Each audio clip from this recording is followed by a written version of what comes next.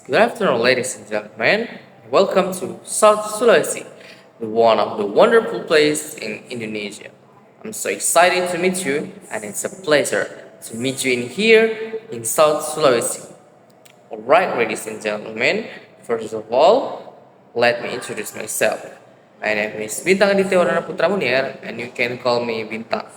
I'm from PEW Tours and Travel, and I'm your tour guide, and I'll be with you during your time in South Sulawesi. I'm here to ensure you to have a nice experience exploring South Sulawesi. So, ladies and gentlemen, while we're going to destinations that we want to visit for today, let me explain to you about the Bugis culture. But before that, I just want to remind you to listen carefully. And if you have any questions later, just raise your hand, say your name, and I will be very happy to answer your questions. And are you ready, ladies and gentlemen? For before answer the topics, and I have general information about South Sulawesi. Ladies and gentlemen, did you know in South Sulawesi there are many tribes live in this province, such as Mandar tribes, Makassar tribes, Bugis tribes, and Soladi tribes. And the biggest tribes live in South Sulawesi is Bugis tribe. One sources says that 3.6 million live in South Sulawesi. They are, they are the biggest tribe in the South Sulawesi province. And today I have many points to explain to you about the Bugis culture. Ladies and gentlemen, I have some points to explain to you about the Bugis culture. First one, for my point, is Mapa Letek Bola. Second one is Mapaci. The third is Sirinapace. Fourth, Wang Panai. And fifth, Pakarayas. The first one is Mapa Letek Bola. The tradition of this moving house in the Bugis community is known as Mapalete Bola.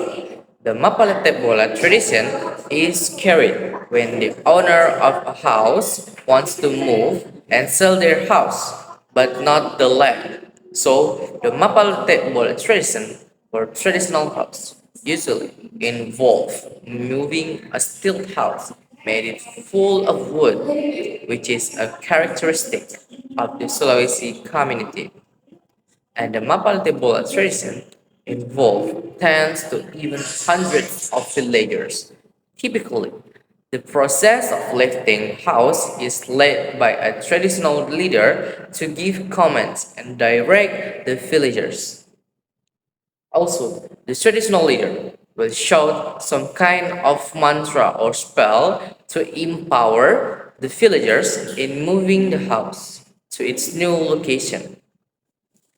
It is also the traditional leader who will give commands when to live, walk, the path of steps, and so on. After a year of residing in the new location, they will perform the Mocara Bola ceremony to ward off evil spirits by smearing the chicken blood on the house pots. The tradition of the in the Bugis community reflects mutual cooperation. There are two meals served for the men who are involved in the house relocation, both before and after the move. The food served before the move includes, in traditional Bugis, delicacies such as bandang, parongo, suela with tea or coffee. Then, the second meal is served after the house relocation process is complete, which consists of sodara soup, one of the typical dishes in South Sulawesi. There are various dishes of milkfish seasoned with the peanut sauce and served. This is the suela. And the second one is mapachi. It's the wedding ceremony in the Bugis culture. Mapachi ritual have symbolized that the prospective bride and groom are ready physically and spiritually with the sincere intentions to embark on married life. During the Mapachi ritual, the prospective bride and groom sit on a lami or bridal seat. Then, one by one, couples or designated individuals will gently rub the pachi leaves or betel leaves on the palms of the couple while reciting a prayers and expressing hopes for the couple to be.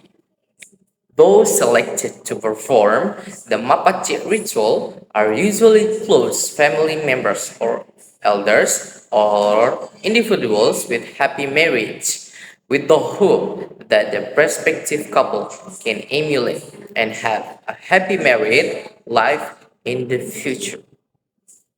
And following this, the ceremony continues with Barasanji, which involves chanting and reciting blessings upon the Prophet Muhammad Sallallahu Alaihi Wasallam, and concludes with the expression of gratitude.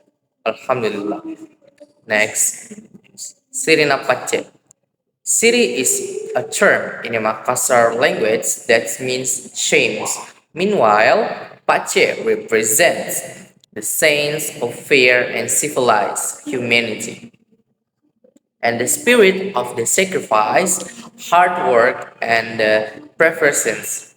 One of the sayings from the ancient Bugis Makassar society is the expression Siritaji Nakitau, which means only with Siri are we called humans.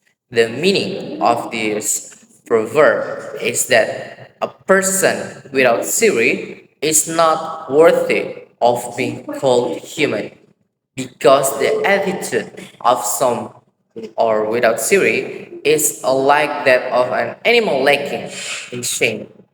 One of the traditions passed down in Bugis and Makassar societies closely related to preserving city is Sigajang Laleng Lipa, known as Tarung Sarong. In Indonesian, this tradition has existed for hundreds of years and has become an integral part of their cultural identity. The tradition of Tarung Sarong is used by Bugis and Makassar communities is a way to resolve issues or disputes. When there is a disagreement between two parties and there is no way to reconcile, Tarung Sarong becomes the least and last resort to find a solution. One quote from the journal of the meaning of tradition of Sigajang Lelang Lipa in the Wara Barat Society of Palpo, South Sulawesi by Gen Jawara Krishna Mukti and his college. The issues that usually trigger this tradition are directly related to shame or siri and dignity, such as insult, adultery, or prognolet family conflicts. Tarung sarong is carried by stabbing its user using a body.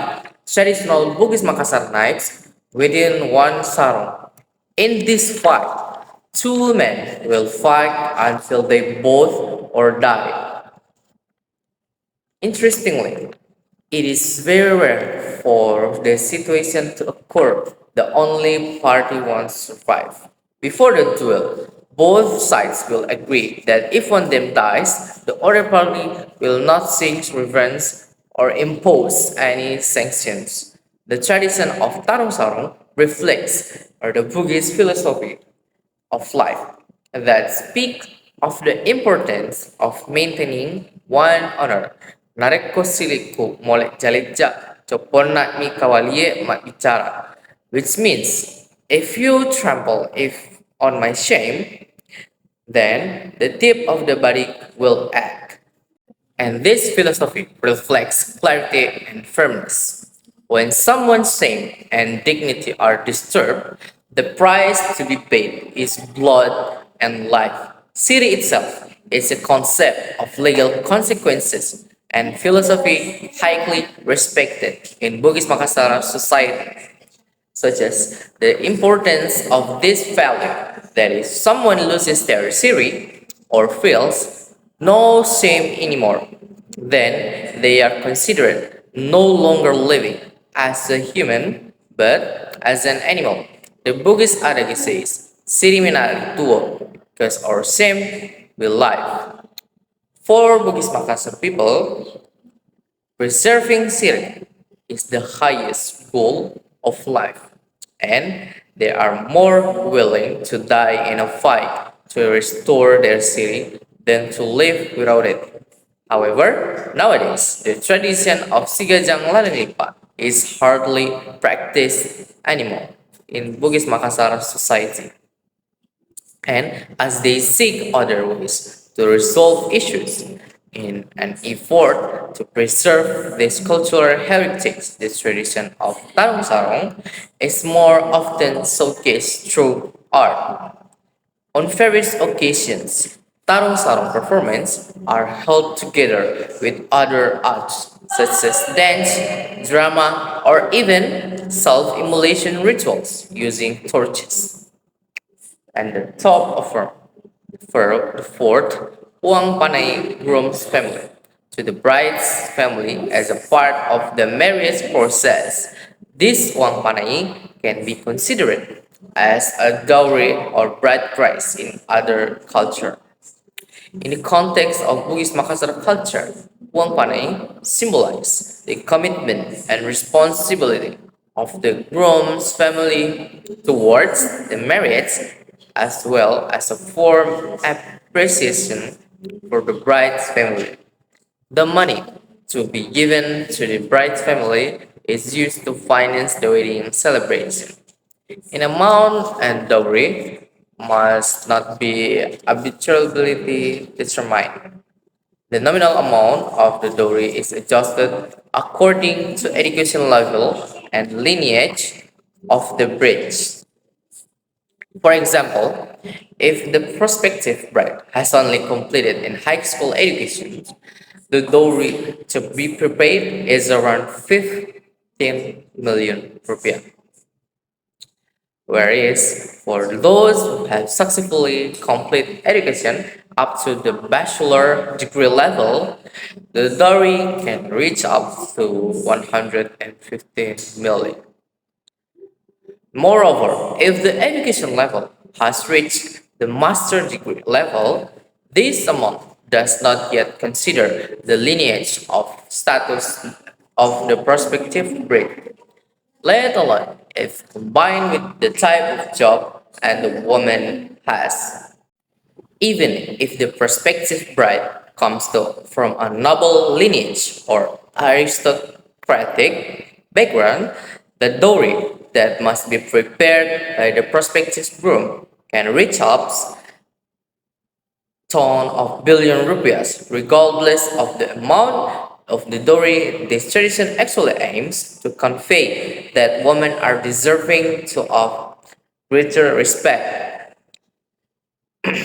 Next is Pakarena traditional dance. The Pakarena dance depicts women who are gentle, representing the inherent of qualities of Bugis women who are polite, loyal, and always respectful towards men, while still capable of independence. In terms of customs, typically Pakarana dance wear red-colored bodo attire, and the dancers are adorned with various accessories such as tokeng or kalung, bangkara, earrings, karo-karo tedong or bracelets, and silepe, waist belt, kutu-kutu or head ornaments, fans, swaying betel nuts on the head, and silk sarongs, whose colors are coordinated in the color of the attire. In the past, there were regulations regarding the color of the Pacarena dancers' attire. The red Bodo attire was only worn by nobility, while those outside the palace wore green. However, nowadays, Pakarena dancers are free to choose the color of the Bodo attire they will wear. The Pakarena dance is performed by women and arranged in two rows. Each row consists of 3 to 5 people. And so, ladies and gentlemen, that are my explanation. And if you have any questions or more, just raise your hand. But before, and I think that's all.